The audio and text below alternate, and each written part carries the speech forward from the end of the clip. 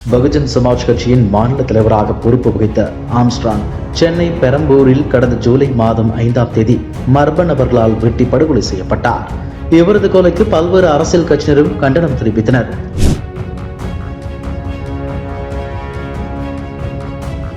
மேலும் முதலமைச்சர் மு.க. ஸ்டாலின் ஆம்ஸ்ட்ராங்கின் வீட்டிற்கு நேரில் சென்று அவரது மனைவி மற்றும் குடும்ப உறுப்பினர்களுக்கு ஆறுதல் கூறினார். மேலும் இந்த வழக்கில் தொடர்புடைய அனைவரும் சட்டப்படி தண்டிக்கப்படுவார்கள் என உத்தரவாதம் அளித்தார். அந்த வகையில் கொலை வழக்கில் தொடர்புடைய 24 பேர் தற்போது வரை கைது செய்யப்பட்டுள்ளனர்.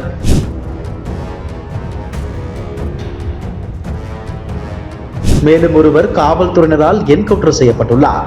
இதனிடையே பகுஜன் சமாஜ் கட்சியின் மாநில ஒருங்கிணைப்பாளராக அவரது மனைவி பொற்கொடி தேர்வு செய்யப்பட்டுள்ள நிலையில் அக்கட்சியின் சார்பில் சென்னை வள்ளுவர் கோட்டத்தில் ஆம்ஸ்ட்ராங் கொலை வழக்கில் உண்மையான குற்றவாளிகளை விரைந்து கைது செய்ய வலியுறுத்தி போராட்டம் நடத்த திட்டமிடப்பட்டது.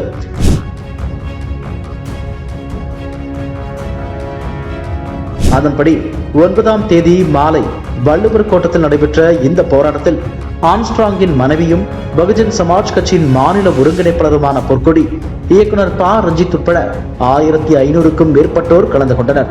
முறையான அனுமதியின்றி கூட்டம் கூடுதல் உள்ளிட்ட பிரிவுகளின் கீழ் காவல்துறையினர் 1500 பேர் மீதும் வழக்கு பதிவு செய்துள்ளது குறிப்பிடத்தக்கது.